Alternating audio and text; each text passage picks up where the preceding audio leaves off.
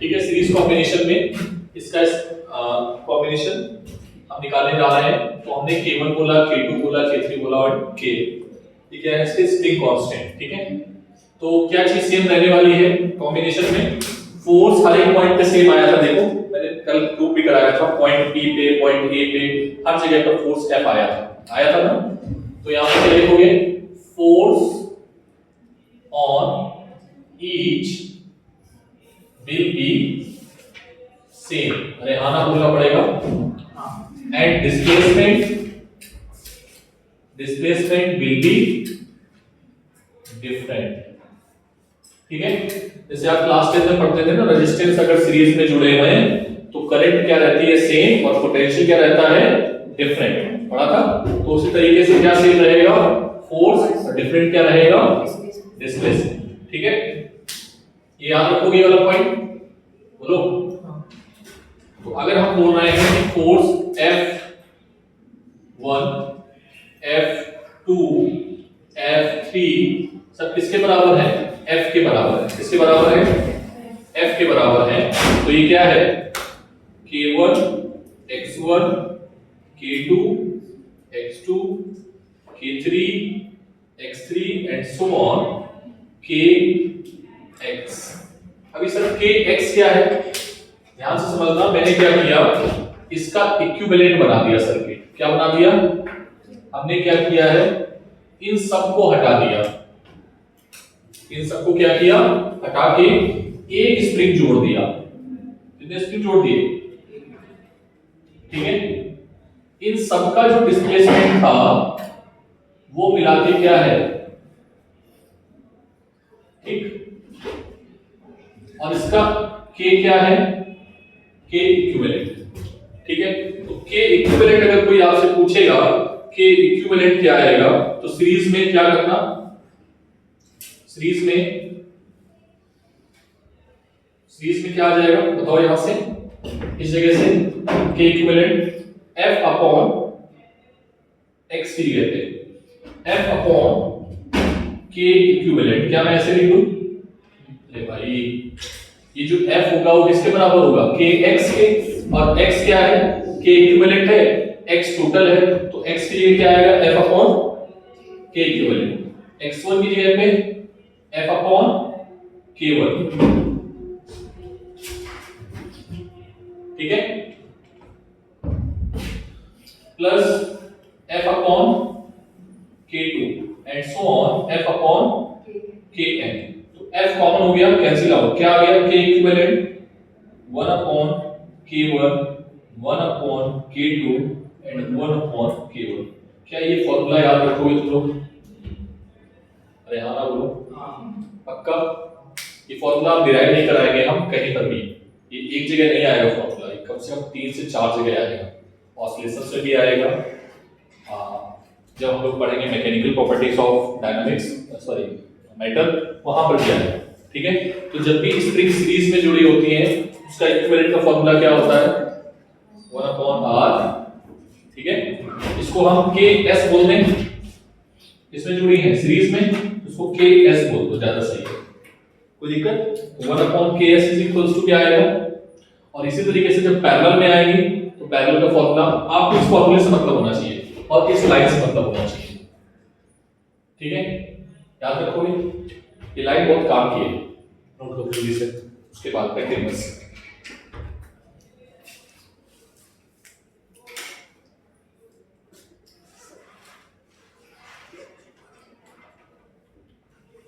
और ये फोर्स जो होगा, ये force on each will be same, और ये किसके बराबर होगा बेटा? यहां पर नीचे लिख लेना, विल बी इक्वल्स टू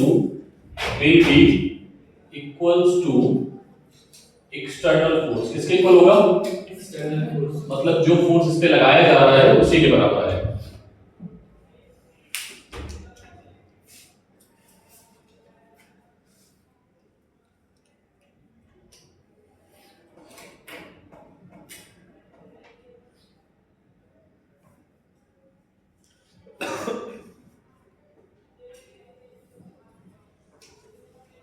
ठीक, नेक्स्ट हेडिंग पढ़े, पैरेलल कॉम्बिनेशन।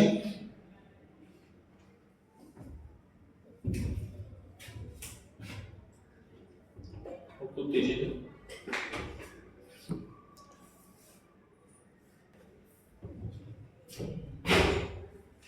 कौन सा कॉम्बिनेशन?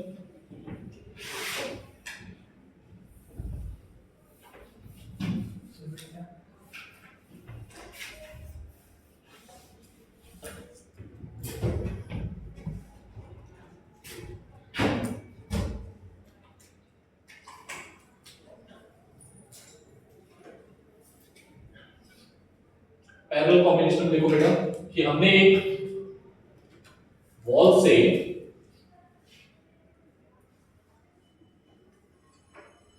ठीक है दो स्प्रिंग को जोड़ रखा है, ठीक है, और उससे हमने एक बड़ा सा ब्लॉक मास छोड़ दिया, ठीक है, क्लियर है? ब्लॉक कहां पर रखा है? सरफेस पे रखा है, ठीक है। ये क्या है बेटा? K1 और ये क्या है? K2। स्प्रिंग किसमें जुड़े हैं? पैरेलल। पैरेलल जोड़ना आता है तुमको? पैरेलल जैसे मैं ये बोलूं कि ये मार्कर है, तो पैरेलल में जोड़ो और सीरीज में जोड़ो, ठीक है, पैरेलल में जोड़ो सीरीज में जोड़ो किसी पॉइंट के साथ, ठीक है। तो मान लो पैरेलल जोड़ने का मतलब इसका हर एक एंड इस पॉइंट से जुड़ा होना चाहिए, इसका हर एक एंड इस पॉइंट से जुड़ा होना चाहिए, तो पैरेलल। सीरीज में कैसे होगा कि एक का एंड दूसरे से जुड़ा होना चाहिए, दूसरे का तीसरे से, तीसरे से। जैसे आप लोग कैसे बैठे हो सीरीज में, कि ये लोग कैसे बैठे हैं? पैरेलल। समझ में आ गई बात? नहीं बात समझे? बराबर में बैठे हैं, जब मैं बोलूंगा आगे कौन बैठा है तो बोलेंगे ये तीनों बैठे, ठीक है, पीछे कौन बैठा है? वो तीनों बैठे। क्लियर बात? पैरेलल सीरीज समझ में आ रहा है? ठीक है। पैरेलल बेटा क्या चीज सेम होती है? इन पैरेलल कॉम्बिनेशन क्या सेम होगा? डिस्प्लेसमेंट will be same, ठीक है। क्या डिफरेंट होगा? But force on spring will be different। क्या समझ में आ गई बात? क्या चीज सेम होगी? ठीक है, तो डिस्प्लेसमेंट इसका भी क्या है? x, और इसका भी क्या है? x, मतलब x1 और x2 दोनों आपस में क्या होंगे? बराबर होंगे। लेकिन जो फोर्स लग रहा है F, ये F एक्सटर्नल फोर्स है। कैसा फोर्स है? पहले इधर देखो, बाद में नोट कर लेना आराम से। पहले रख दिया जब मैं समझाया था तब इधर देखा। तो यहां पर क्या आएगा? F1 और यहां पर क्या आएगा? F2 in parallel combination. Parallel combination में क्या होगा? x1 और x2 बराबर होंगे। अगर मान लो 3 ब्लॉक है तो सब बराबर होंगे, 4 है तो भी बराबर होंगे। तो नेट अगर हम फोर्स निकालें F एक्सटर्नल किसके बराबर होगा? F1 F2। अरे हाँ ना बोलना पड़ेगा। F नेट की जगह मान लो इस पूरे को हटा के हम एक स्प्रिंग जोड़ते हैं। क्या जोड़ते हैं? एक स्प्रिंग अगर हम जोड़ते हैं तो हमें देखने को क्या मिलेगा? इस स्प्रिंग का स्प्रिंग कांस्टेंट हमने मान लिया Kp, क्या मान लिया, और उन दोनों को हटा के हमने एक जोड़ दिया, ठीक।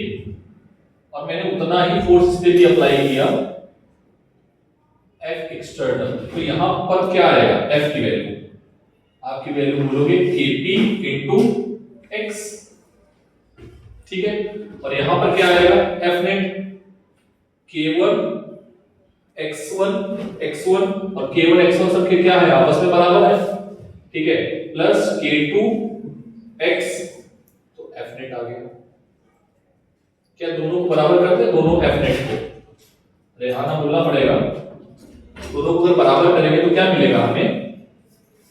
K1 x plus K2 x, और इधर क्या है? Kp x। तो पैरेलल कॉम्बिनेशन में क्या आया बेटा? K1 plus K2। अगर n स्प्रिंग होती तो हम क्या करते? K1 plus K2 plus K3 and so on, कहां तक? n तक। समझ में आया कि नहीं आया?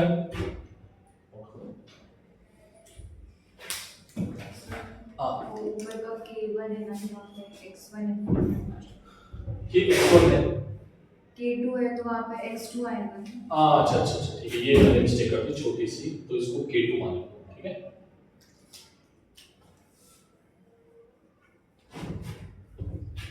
ठीक है, कोई रोटेशन में हो जाता है लिखने में। तुमको किससे मतलब है? फॉर्मूले से, इस फॉर्मूले से बस। मैकेनिज्म में किससे मतलब है? इससे मतलब है, ठीक है। सर ये डिराइव फिर क्यों कराया हमने जब मतलब नहीं था? अभी पढ़, अभी टाइम, ठीक है। नहीं समझे, टाइम नहीं होगा तब तो मैं वैसे भी बताता हूँ। अब तुम जब करके आगे निकले कि सीधे फॉर्मूला बताएंगे, आगे निकल जाएंगे, ठीक है। अब आते हैं क्वेश्चंस में, क्वेश्चंस करें।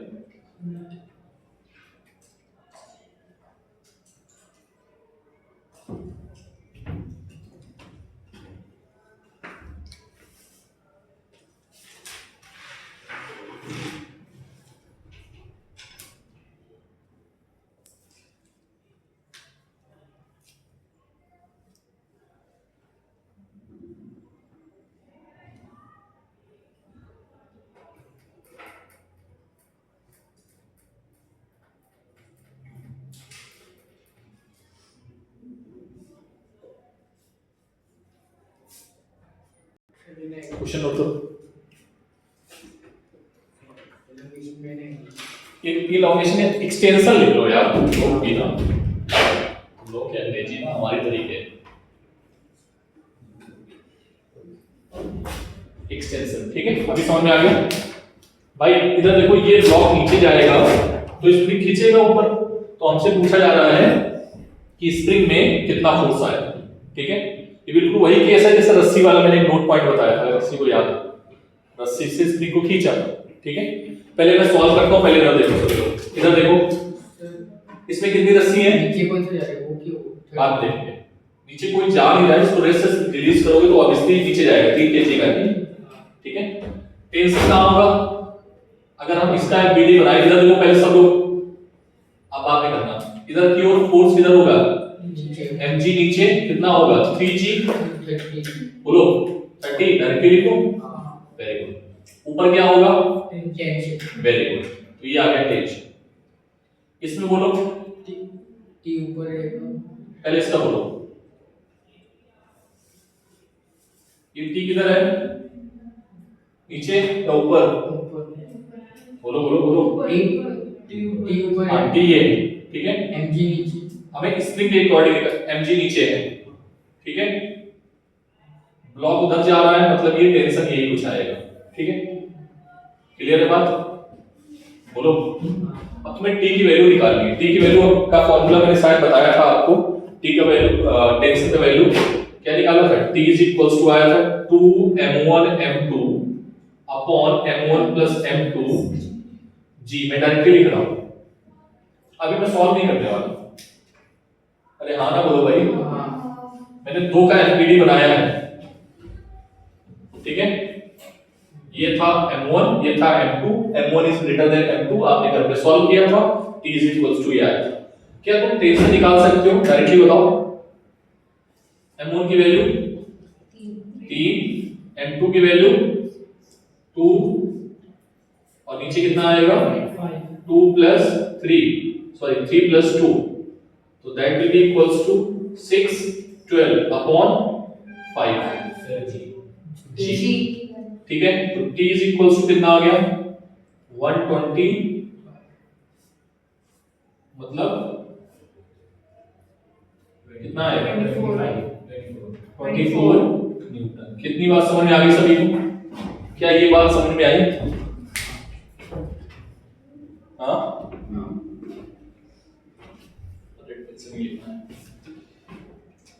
कितना आ गया? 24 न्यूटन।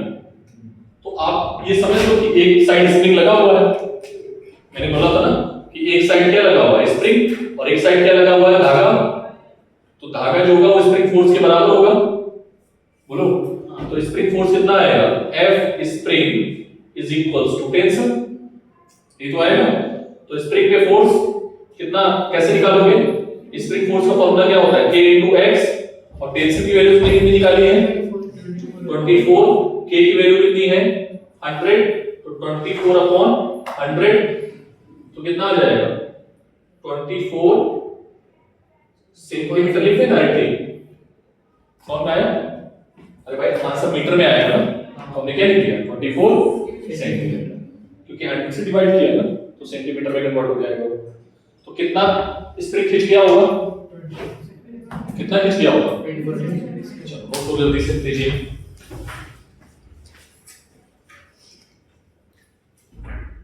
एक क्वेश्चन और है,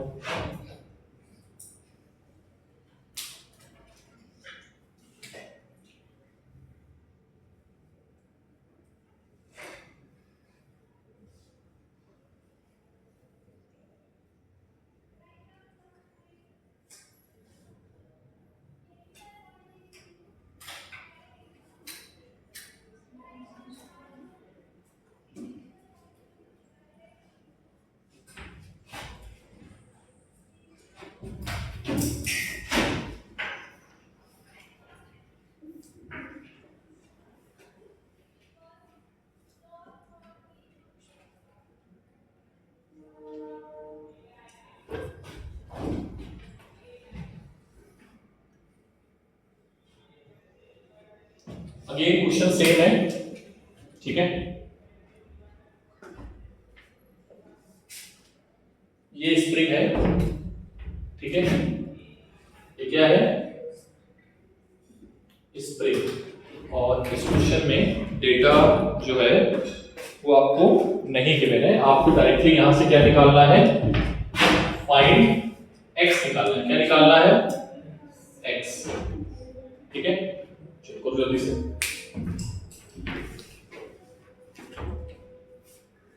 देखो जब ये वाला क्वेश्चन देखो बेटा, इसमें हमें क्या निकालना है, अगेन x निकालना है, ठीक है सर। x निकालने के लिए हमने आपको सिखाया है कि एफपीडी बना लो, ठीक है, तो हमने एफपीडी बना ली। अब हम सॉल्व नहीं करेंगे डायरेक्टली, दो इक्वेशन आती थी उनमें डिवाइड करते थे, ये निकालते थे ना, तो t इक्वल्स टू क्या आएगा 2m1 m2 upon m1 plus m2 आना बोलना पड़ेगा जी। क्या ये t है, क्या ये t है, तो ये बताओगे कितना आएगा 2t। तो इधर की ओर कितना आएगा, स्प्रिंग का अगर हम एफबीडी बना रहे होंगे तो स्प्रिंग का एफबीडी क्या होगा, स्प्रिंग ऊपर की ओर खींचेगी फोर्स से F स्प्रिंग, ठीक है, और टेंशन किधर आएगा नीचे की ओर। अगर हम इसका एफबीडी बनाएंगे तो टेंशन क्या आएगा 2t नीचे की ओर। अरे हाँ ना बोलना पड़ेगा, एफबीडी किसका है बना रहे हैं, ठीक है। तो स्प्रिंग में क्या है, स्प्रिंग में जो टेंशन आएगा स्ट्रिंग से तो जुड़ी है, तो स्ट्रिंग बाहर की ओर दिखाओगे टेंशन, तो टेंशन हमने बाहर की ओर दिखा दिया, क्योंकि टेंशन हमेशा किधर होता है स्ट्रिंग के लॉ, है ना। और स्प्रिंग खींची हुई है या दबी हुई है, तो आंसर है खींची हुई है, तो फोर्स किधर होगा ऊपर की ओर होगा। क्लियर है बात, ठीक।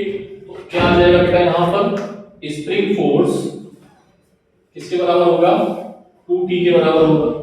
और अगर हम मान लें स्प्रिंग का कांस्टेंट क्या है k, डिस्प्लेसमेंट कितना हो रहा है x, तो आंसर क्या आएगा 2 into 2m1 m2 upon m1 plus m2 g। तो x is equals to क्या आ जाएगा 4 अपॉन k ब्रैकेट में m1 m2 upon m1 plus m2 into g। कोई दिक्कत है किसी को, बोलो नोट कर दीजिए।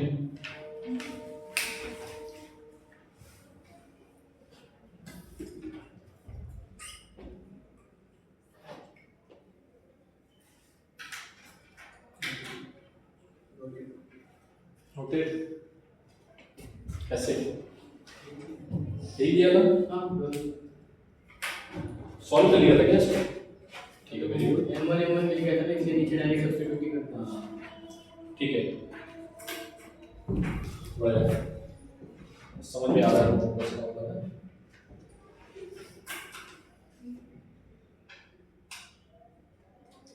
ठीक है, अब इसी क्वेश्चन में मैं डेटा दूंगा इस बार, ठीक है, आप सॉल्व करोगे प्रॉपर तरीके से, ठीक है। क्वेश्चन में डेटा ये है कि इसका इसका स्प्रिंग कांस्टेंट, रुक जाओ मैं क्वेश्चन चेंज करूंगा अभी यहां पर, ठीक है।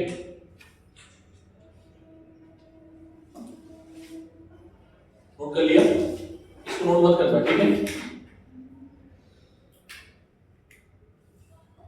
ये स्प्रिंग है S1 और ये स्प्रिंग है S2, ठीक है। इसका K2 जो है, ये S1 मान लो, इसको S मान लो, इसको S1 मान लो, ठीक है। हाँ, इसका जो K1 है वो है 200 और इसका जो K है वो है 100। कितना है? तो आपको निकालना है सेम, फाइंड इलोंगेशन मतलब एक्सटेंशन इन बोथ स्प्रिंग, ठीक है। जहां M1 की वैल्यू है 6 kg और M2 की वैल्यू है 2 kg। नोट कर दीजिए M1 और M2 की वैल्यू के अकॉर्डिंग करो दीजिए। मैं दूसरे क्वेश्चन से आता हूं।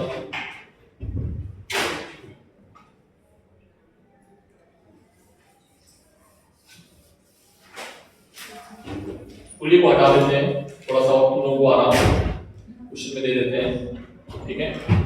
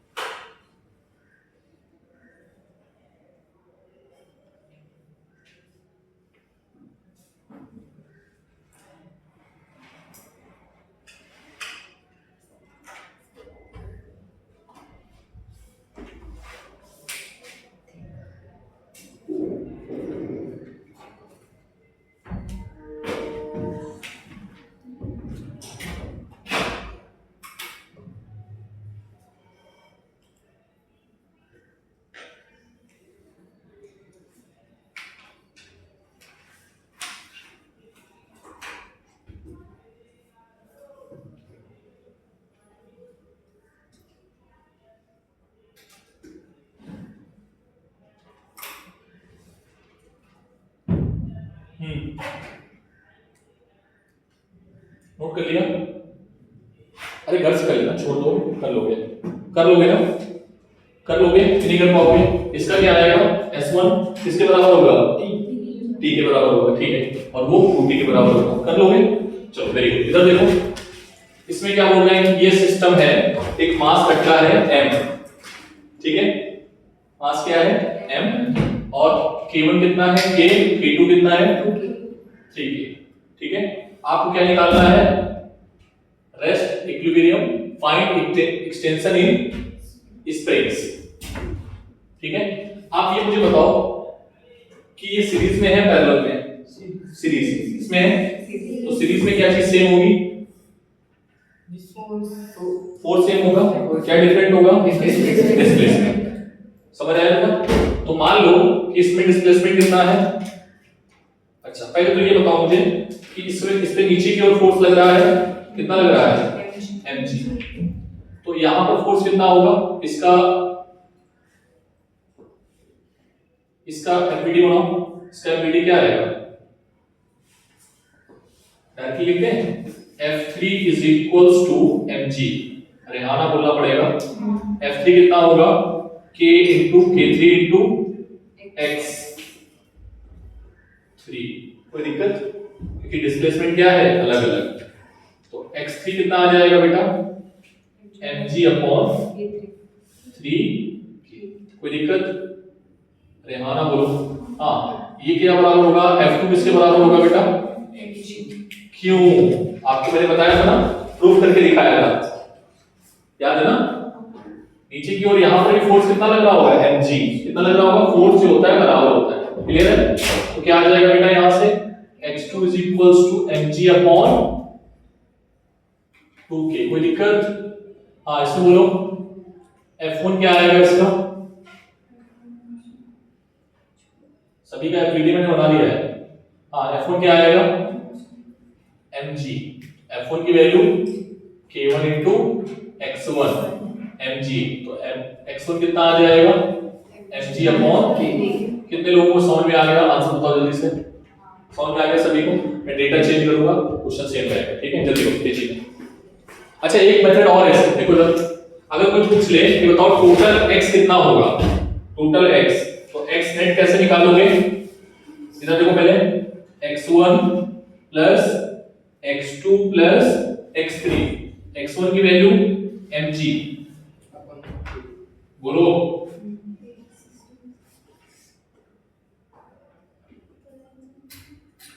क्या ये बात समझ आई? इधर देखो पहले बेटा, mg ये कितना आएगा 1/k 1/2k 1/3k, एलसीएम 6 के ले लें, एलसीएम आ जाएगा 6k, ऊपर आएगा 6 प्लस 3 प्लस 2, कितना आ जाएगा 11 mg अपॉन 6k। कितने लोगों को समझ में आ गया बेटा ये x नेट? कितने लोगों को समझ में आया? अब अगर डायरेक्टली हमसे x नेट पूछा होता ना, तो हम कौन सा फॉर्मूला लगा लेते? इक्विवेलेंट वाला। कौन सा फॉर्मूला लगा लेते हैं? ठीक है, इसका दूसरा मेथड देखो सर। इक्विवेलेंट आपने हमें सिखाया है, क्या सिखाया था कि अगर सीरीज में है तो ks is equals to 1 upon k1 plus 1 upon k2 plus 1 upon k3। अरे हाँ ना बोलना पड़ेगा, बोलो। तो ये क्या आ जाएगा 1 upon k plus 1 upon 2k plus 1 upon 3k, that will be equals to what? 11 upon 6k। अरे हाँ ना बोलो भाई, ठीक है? तो ks is equals to क्या आता? ks is equals to बोलो 6k upon 11। कोई दिक्कत? अच्छा, ये तो k की वैल्यू हमने निकाल ली, जो स्प्रिंग बनाना नया उसके हमने क्या निकाल लिया, k की इक्विवेलेंट वैल्यू। नीचे की ओर मास कितना है mg, तो हम क्या बोल देंगे f नेट जो होगा वो किसके बराबर होगा mg के। f नेट क्या है ks into x net is equals to mg, तो x net is equals to mg upon ks। mg ks की वैल्यू क्या आई थी 6k upon 11। देखो आंसर ये वाला और ये वाला सेम है। अरे हाँ ना बोलो भाई। तो ये हम केवल और केवल ये वाला मेथड अगर हमको समझ में आ गया तो बहुत अच्छा है। ये एफवीडी मेथड है। कौन सा मेथड? इसमें हमने इंडिविजुअल निकाला है, इसमें हमने इक्विवेलेंट करके निकाला है, ठीक है? नोट करो दोनों मेथड।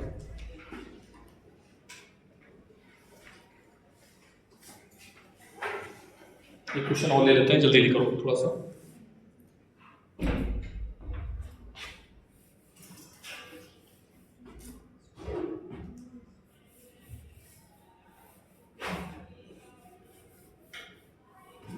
अच्छा एक सेकेंड, एक मिनट और रुकना बेटा, एक मिनट और, एक मिनट रुक जाओ। पहले क्वेश्चन कैसे कैसे पूछे जा सकते हैं ये पूछे। क्वेश्चन में क्या पूछता है, if system is released from rest up to equilibrium या at equilibrium, find extension in spring. Spring में एक्सटेंशन निकाल लिया, x1 निकाल लिया, x2 निकाल लिया, x3 निकाल लिया। क्या जितना स्प्रिंग में एक्सटेंशन आया होगा टोटल उतना ही ब्लॉक चला होगा? अरे हाँ ना बोलो भाई। भाई ये खींचा 1 सेंटीमीटर, ये खींचा 2 सेंटीमीटर, ये खींचा 3 सेंटीमीटर, तो टोटल कितना चला होगा 1 2 3 मतलब 6। टोटल x डिस्प्लेसमेंट कितना हुआ होगा? क्वेश्चन में पता क्या बोल सकता है? क्वेश्चन में ये भी बोल सकता है फाइंड डिस्प्लेसमेंट ऑफ ब्लॉक। क्या पूछ सकता है? जब आपसे डिस्प्लेसमेंट ऑफ ब्लॉक पूछेगा आप डायरेक्टली वाला लगा, ठीक है? उसमें आपको कोई दिक्कत नहीं होगा। समझ में आ गई बात? तो क्वेश्चन में दोबारा करके लिख लेना कि क्वेश्चन कैसे पूछा जा सकता है, ये भी हमको पता होना, ठीक है? क्लियर है बात? चलो नोट को तेजी में।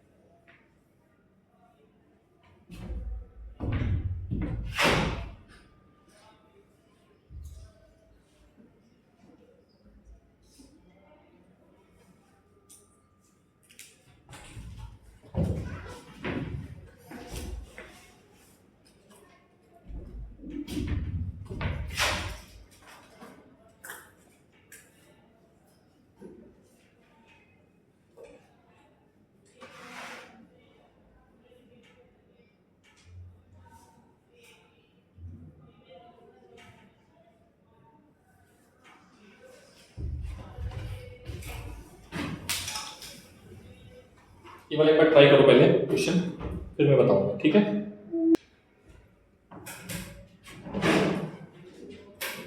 सर इसको आप पैरेलल में बना लो, ठीक है, ठीक है, बना लेते हैं पैरेलल में। ठीक, क्वेश्चन चेंज हो गया, ध्यान से देखना। k और 2k पैरेलल में कितना होता है? 3k। क्या होता है?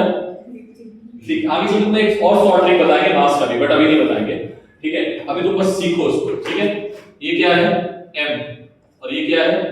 3m, ठीक है। अब अलग अलग fpd बना लो। क्या बना लो? ये दोनों किसमें है बेटा? पैरेलल में। और पैरेलल में क्या होता है? फोर्स सेम होता है। फोर्स क्या होता है? Okay, series. ये दोनों किसमें है? पैरेलल में। पैरेलल में क्या सेम होता है? डिस्प्लेसमेंट। मतलब सर आप अगर इस स्प्रिंग का नाम 1 दे रहे हो, इस स्प्रिंग का नाम 2 दे रहे हो, इस स्प्रिंग का नाम 3 दे रहे हो, तो हम ये बोलेंगे कि x1 और x2 क्या रहेंगे? सेम रहेंगे। अरे हाँ ना बोलो। और x1 और x2 किसके बराबर होंगे? स्प्रिंग के फोर्स जो नीचे की ओर लग रहा है, नीचे की ओर फोर्स कितना लग रहा है? mg। कितना लग रहा है? और सर आपने हमें जो स्प्रिंग कांस्टेंट दिया है वो क्या है? k और 2k। k और 2k। और ये स्प्रिंग इसमें कनेक्टेड है पैरेलल में, तो नीचे क्या आ जाएगा? इक्विवेलेंट। ठीक, आंसर समझ। अरे इसको देख लो, ठीक है, कोई दिक्कत नहीं है। अरे हाँ ना बोलो। तो स्प्रिंग कितना खींचेगा? स्प्रिंग खींचेगा इतना, तो ये अगर इतना खींचेगा तो ये इतना नीचे चला जाएगा। अरे हाँ ना बोलना पड़ेगा, पक्का।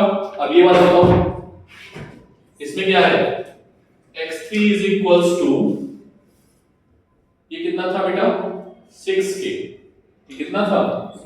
6k। तो x3 बताओ कितना आएगा? इसका एफपीडी बनाओ। नीचे की ओर कितना फोर्स लग रहा है? 3mg। अरे हाँ ना बोलो। और इक्विवेलेंट कितना है? 6k। आंसर आ गया। क्या दिक्कत है? बोलो बेटा। अब अगर हमसे पूछ देता है नेट डिस्प्लेसमेंट क्या है, क्या पूछेगा? क्या पूछ दे? नेट डिस्प्लेसमेंट कितना हुआ है सिस्टम में, तो क्या बताओगे? x1 plus x3। क्या x2 लिखा जाए? बोलो। अरे x2 और x3 तो x1 तो बराबर ही है, तो उनको नहीं लिखेंगे, ठीक है। समझ में आई बात? नोट करते जी, नोट करते जी में 3mg अपॉन 6k। इसको mg अपॉन 2k लिख सकते हैं ना। एक क्वेश्चन और करा देते हैं बहुत अच्छा सा, फिर इसके बाद आगे बढ़ते हैं लोग अच्छे अच्छे क्वेश्चंस में। फिर आते हैं इनर्शियल फ्रेम वाले पे। हटा दें इसको बेटा, इधर वाला हटा दें बेटा, ये हटा दो ना। ठीक है, ये हटा देता हूं। आप लोग बोल रहे हो मैं इसको फिनिश करता हूं।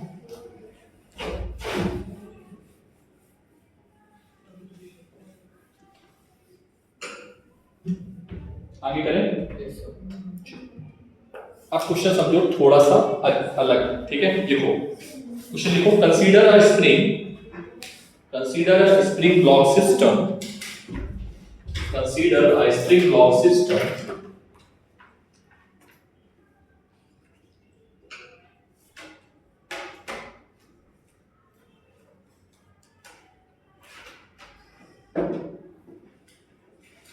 थोड़ा सा टफ क्वेश्चन बता रहा हूं जिससे तुम्हारे एक ही क्वेश्चन में सारे चीजें हो जाए, इससे 10 नहीं चीजें बताएंगे, ठीक है।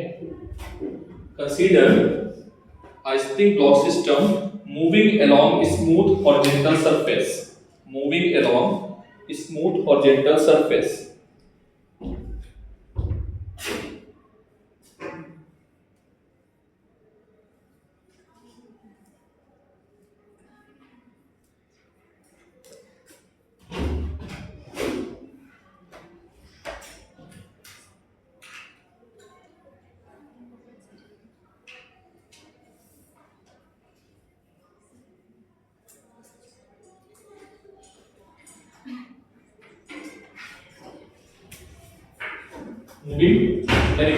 Moving along smooth horizontal surface as shown in diagram. Find acceleration find acceleration of block B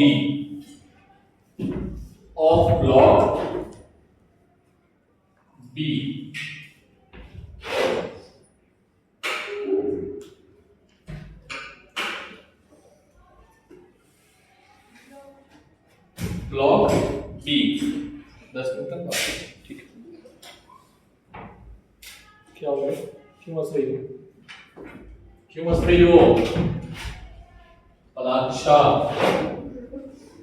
क्यों हंस रहे हो बेटा, खड़े हो, मुझे जरा बताओ, मैं भी थोड़ा हंसूं, मुझे रोना आ रहा है। बोलो बोलो हाथ, जल्दी बताओ, मुझे भी हंसना है। मुझे लगा बहुत अच्छा सा दिमाग में जोक आ गया।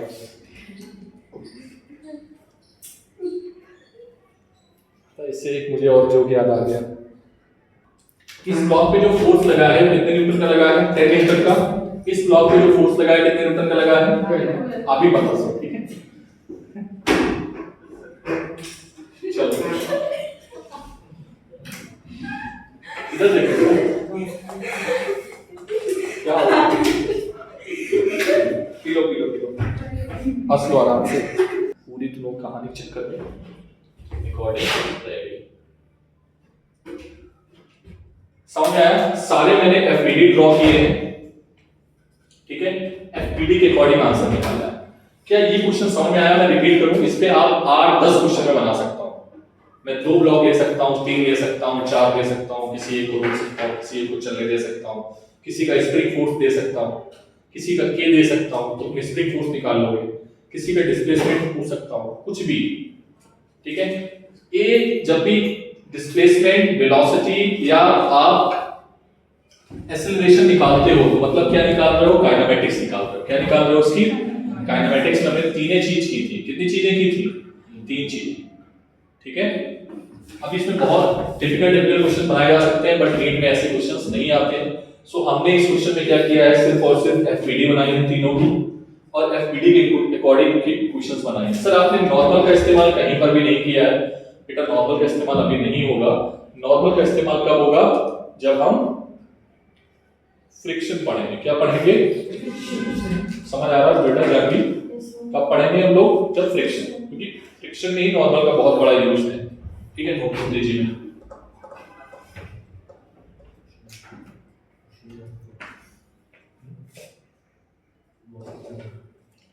जॉब जल्दी होती है।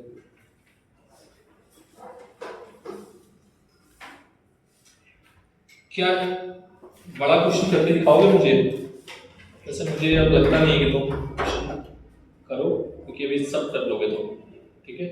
कटिंग वाले नहीं बताऊंगा, क्योंकि कटिंग वाले भी क्वेश्चंस हैं नहीं तुम्हारे में, ठीक है। करने को तो भी कर सकते हो, बट नेक्स्ट हेडिंग डालो, concept of pseudo force.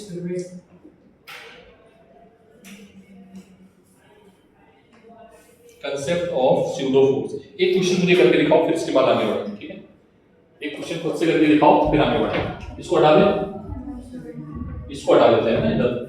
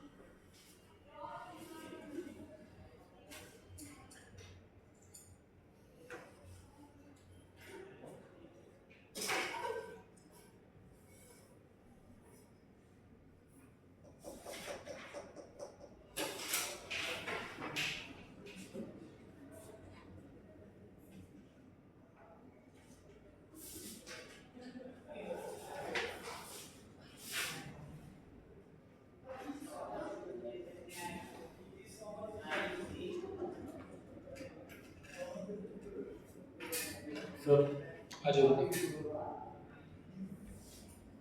Sir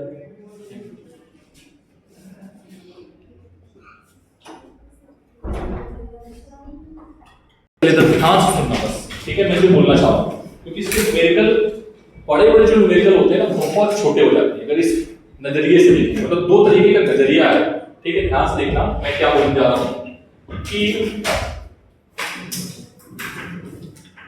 एक मान लो कि एक हमारे पास ये लिफ्ट है, ठीक है? क्या है? लिफ्ट है, ठीक? लिफ्ट में एक बॉडी, एक पर्सन है जो इसका मास m है। क्या मास है इसका? कैपिटल।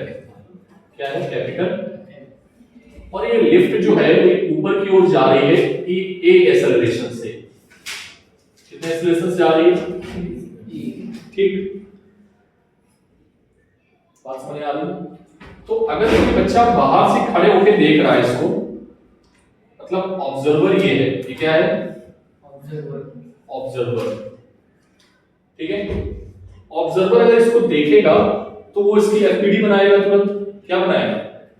एफपीडी बनाएगा। तो हम भी एफपीडी बना रहे हैं, मतलब हम देख रहे हैं एक लिफ्ट में एक बच्चा है वो ऊपर की ओर जा रहा है। लिफ्ट कितने से जा रही है? ऊपर 1 मीटर से, ठीक? ध्यान से देखना। तो अगर हम लिफ्ट में हम बाहर बैठ कर देख रहे हैं तो ये बच्चा क्या देखेगा कि इस पर एक फोर्स जो है वो ग्रेविटी ने लगाया है mg, जहां पर ये कांटेक्ट में है। किसके साथ कांटेक्ट में है? ये लिफ्ट के सरफेस के साथ। तो लिफ्ट में कांटेक्ट फोर्स लगेगा जो कि किधर होगा? ऊपर की ओर, ठीक है? और बॉडी किधर एक्सेलरेट हो रही है?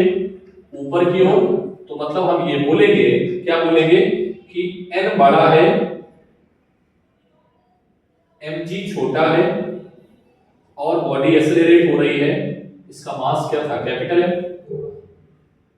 चलो स्मॉल m मान लो, ठीक है? किसी को कोई दिक्कत?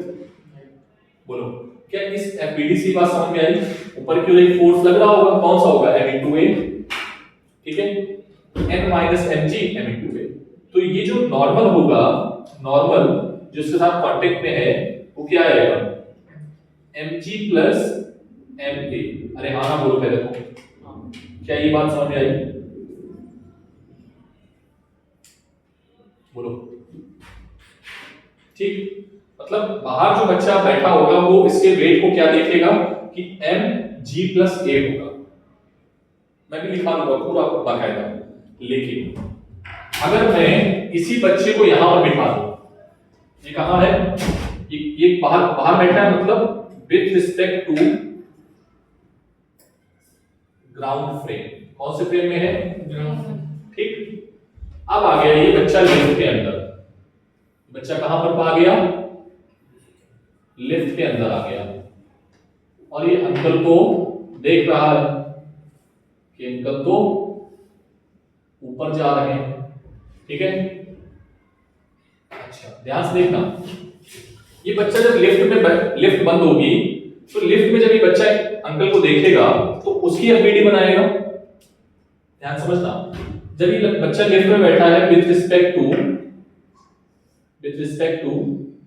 लिफ्ट, ऑब्जर्वर क्या ऑब्जर्व करेगा कि ये है अंकल जी, इनका जो मास है नीचे की ओर काम कर रहा है कितना? mg। बोलो। और जहां पर ये खड़े हैं उस फ्लोर ने इन पर एक फोर्स लगाया है ऊपर, ठीक है? क्या ये बच्चा इनको कंटिन्यूअसली देखता रहेगा? लिफ्ट में वो भी है, क्या ये दिखेगा कंटिन्यूअसली? बोलो। तो यही ऑब्जर्व करेगा। n इज इक्वल्स टू क्या दिखेगा बच्चे को? ठीक है? अब ध्यान से समझना जो मैं बोलने जा रहा हूं क्वेश्चन, कि आप इस चीज को देखो और इस चीज को देखो। अगर मैं बोलूं कि एक बच्चा बाहर खड़े होकर बोल रहा है कि तुम्हारा जो वेट है वो 80 केजी है, और लिफ्ट में बोल रहा है कि तुम्हारा वेट 50 केजी है, तो क्या ये जायज बात है?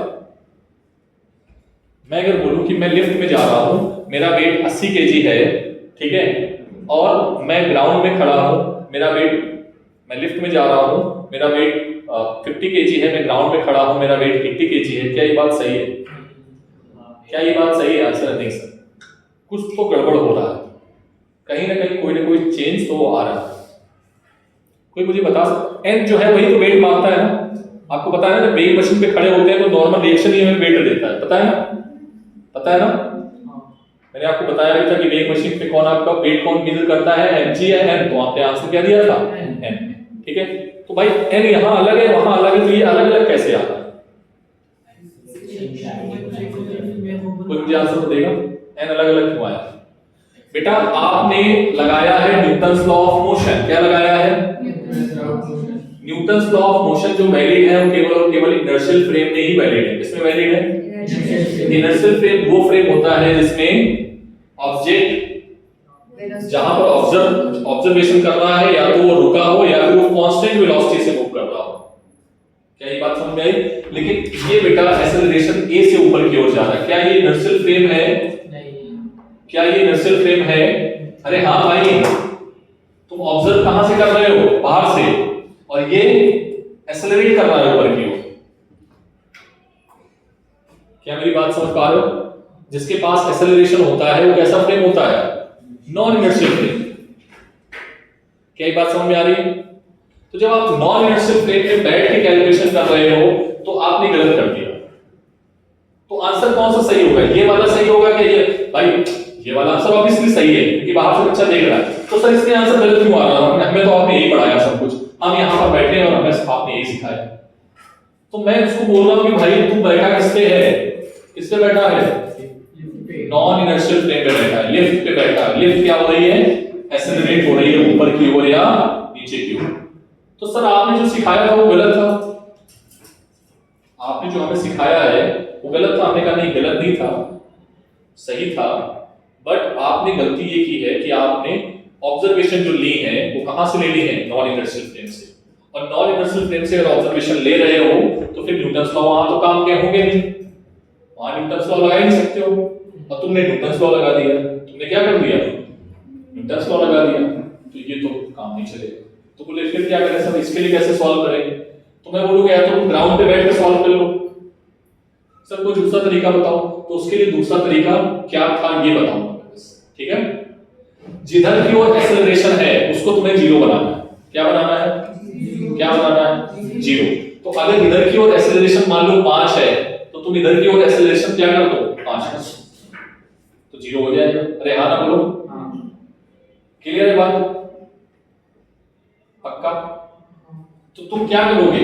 मैंने बोला कि भाई जब तुम लिफ्ट में बैठना ना, लिफ्ट एक्सेलरेट हो रही होगी तो तुम कुछ मत करना, तुम नीचे की ओर क्या लगा देना? एक एक्सेलरेशन लगा देना। क्या लगा देना? तो तुम्हारा आंसर बिल्कुल सही आया। तो बोला ठीक है सर, फिर क्या करें? तो कर दो भाई, नीचे की ओर एक फोर्स और जोड़ दो। बस क्या कर दो? mg तो पहले था और एक आ गया m into a, कितना आ गया? तो अब तुम्हारा आंसर जो आएगा वो हर जगह पर क्या आएगा? सेम आएगा। क्या ये बात समझ आई कि नहीं आई? बताओ कितने लोगों को आई? ये ऑब्जर्वेशन कहां से बैठ के की है हमने? ग्राउंड पे बैठ के। ग्राउंड जो होता है वो रेस्ट पे माना जाता है। रेस्ट में कोई भी ऑब्जेक्ट होता है वो इनर्शियल फ्रेम होता है, और तुम कहां पर बैठ गए हो?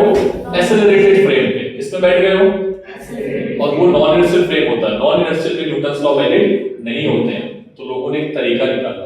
क्या निकाला? कि भैया हम उसको इनर्शियल फ्रेम बना देते हैं। क्या बना देते हैं? Inertial frame. तो हमने क्या किया? अपोजिट डायरेक्शन में क्या कर दिया?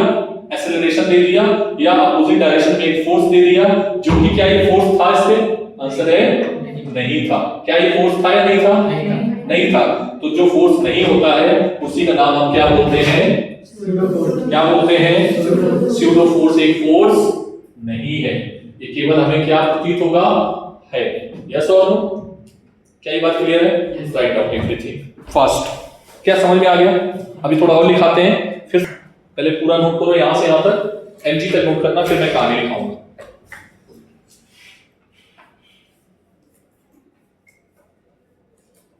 फिर मैं ये भी बताऊंगा कि इसको सुधारा कैसे जाए, ठीक है? और ऐसा क्यों हुआ, ठीक है? और इसको सुधारने का तरीका क्या है? जल्दी करो, तेजी में। नहीं आया कोई बात नहीं आया वो तो कोई बात नहीं, किन लोगों को आ गया पहले आपको? अच्छा, जिनको नहीं आया है, थोड़ा थोड़ा आया है, वो हाथ उठाओ जिनको थोड़ा थोड़ा आया है। उनको थोड़ा थोड़ा आया है, तुमको थोड़ा थोड़ा आया, ठीक है, वेरी गुड। तो थोड़ा ही थोड़ा चाहिए बेटा, ठीक में ऑब्जर्वर ग्राउंड फ्रेम के रिस्पेक्ट में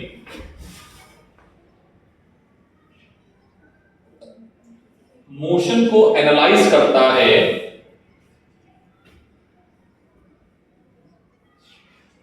मोशन को एनालाइज करता है।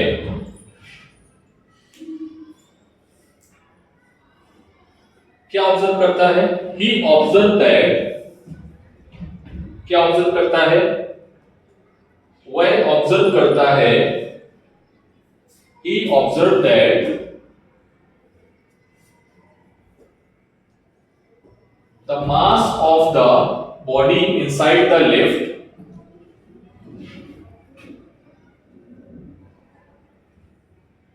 mass के लिए वेट करना था, weight of the body inside the lift will be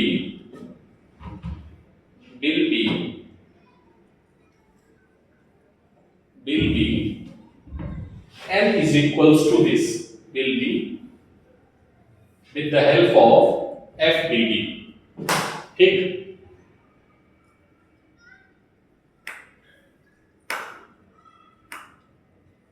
with the help of FBD लिख लिया,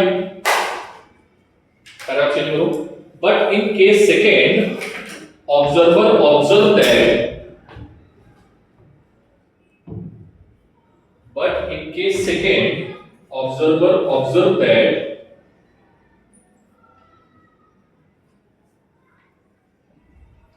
n is equals to mg, n is equals to क्या मान लिया? mg, ठीक है, with respect to लिफ्ट, किसके रिस्पेक्ट में? विथ रिस्पेक्ट टू लिफ्ट, ठीक। पेज चेंज कर देना, क्वेश्चन यहां पर क्रिएट होगा। In our concept both should be same, but according to mathematics it's not same. In our concept both should be same. अब इसलिए मैं अंग्रेजी नहीं लिखाता हूं क्योंकि तुम पढ़ोगे नहीं जाके, समझ में आया? इसलिए मैं हिंदी या मराठी लिखाता हूं। मराठी मुझे आती नहीं है, मैं सीखना चाहूंगा इसको, पता है। बट क्या लिखा मैंने बोला? Both should be same. In our concept both should be same, but here we observe both are different. Why? Here we observe both are different. Why? Question mark लगाओ, तो इसका आंसर लिखो। आंसर तुम लोग खुद लिखना अपने लेवल में, ठीक है। क्या बोलोगे कि जब ग्राउंड पे बैठ के ऑब्जर्व कर रहे हैं तो ग्राउंड एक इनर्शियल फ्रेम है, लेकिन लिफ्ट में बैठ के जब ऑब्जर्व कर रहे हैं तो लिफ्ट एक्सेलरेट हो रही है, कितने से? ए से एक्सेलरेट हो रही है। तो लिफ्ट कैसी है? नॉन इनर्शियल फ्रेम है। कैसी है? इस वजह से आंसर अलग अलग आया। लिखो अपनी लैंग्वेज में लिखो, मैं नहीं लिखाऊंगा, मैं नहीं लिखाऊंगा, अपनी लैंग्वेज में लिखो। मराठी में लिखो, हिंदी में लिखो, अंग्रेजी में लिखना, जिसमें लिखो लिखो।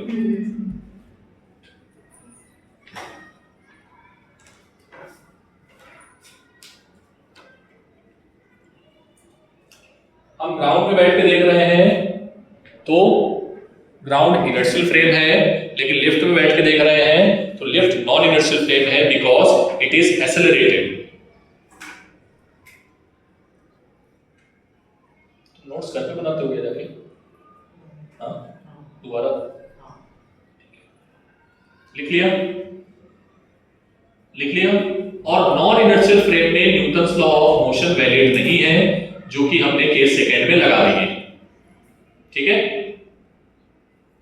और नॉन इनर्शियल फ्रेम में न्यूटन्स लॉ वैलिड नहीं है, जो कि हमने केस सेकेंड में लगा दिए। इसीलिए हमारा आंसर सेकेंड में लिखो, अपनी लैंग्वेज में लिखो पूरा। ग्राउंड के रिस्पेक्ट में फ्रेम कैसा है, इनर्शियल। तो इनर्शियल फ्रेम, अब बताओ आंसर कौन सा सही होगा, इनर्शियल वाला या नॉन इनर्शियल वाला?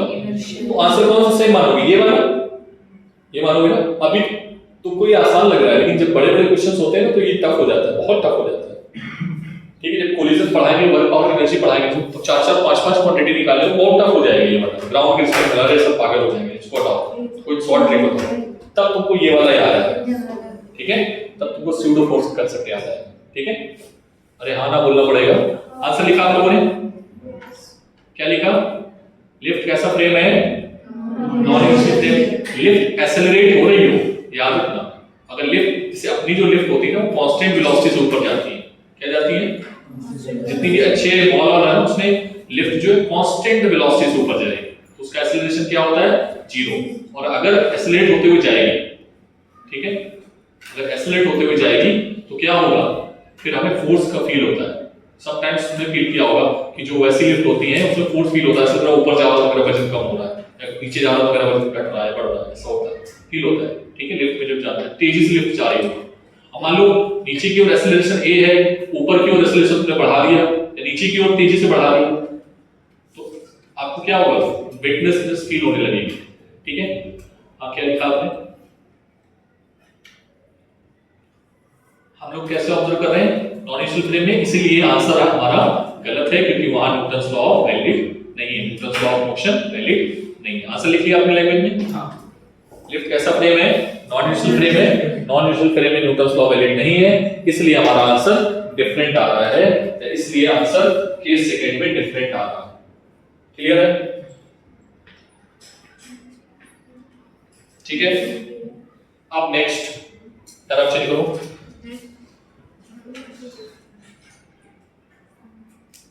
ठीक है, नोट पॉइंट लिखो। जो बेटा रियल फोर्सेस होते हैं ये स्यूडो फोर्स है। कैसा फोर्स है ये? ठीक है, तो लिखो बेटा,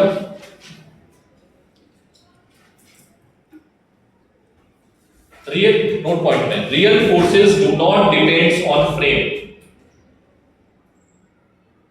चाहे भी किसी फ्रेम से देख रहे हो, ठीक है, चाहे इनर्शियल से देख रहे हो चाहे नॉन इनर्शियल से, real forces do not depends on frame, hence we should get same value from all frame, hence we should get same value from all frame।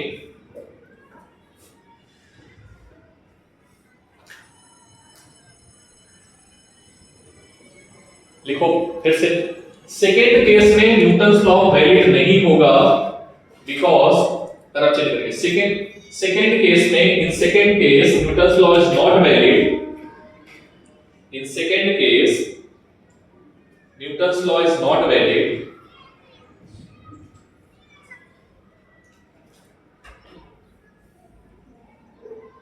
because it is an inertial frame, sorry, it is a non inertial frame।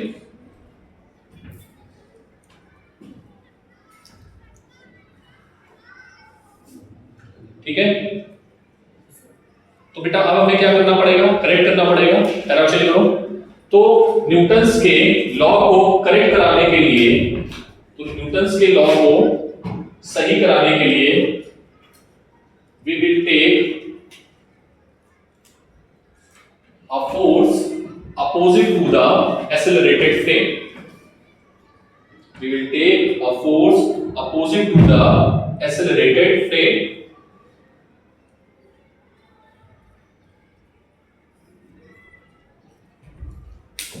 ठीक है, कौन सा force, पहले कौन सा force था, N is equals to mg, और आपने एक फोर्स और ले लिया है इसके अपोजिट। फ्रेम अगर इधर एक्सेलरेट हो रहा था तो तुमने किधर ले लिया, डाउनवर्ड, तो डाउनवर्ड तुमने ले लिया, तो क्या ले लिया, m into a, so this is called what, pseudo force, this is called pseudo force। हाँ लिख लो। So we will take an opposite force, क्या लिखा, opposite force, ठीक है, to make acceleration 0। लिखते जाओ बेटा, कहानी लिखते जाओ बस, अभी टाइम हो गया, बट लिख लो जल्दी से। लिखते जाओ क्योंकि कहानी में दोबारा नहीं सुनाने वाला है एनर्जी के साथ। सो वी विल टेक, क्या लिखा बुला रहा, opposite force in the direction of acceleration.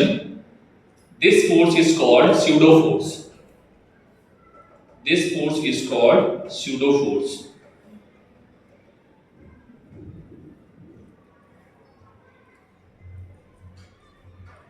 ठीक है,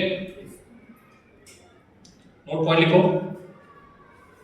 डायरेक्शन ऑफ स्यूडो फोर्स, अब डायरेक्शन भी चूज करनी पड़ेगी ना, तो डायरेक्शन फोर्स किधर होगी बताओ? स्यूडो फोर्स की direction opposite to the right now, note point में direction of pseudo force is opposite to the direction of accelerated non inertial frame.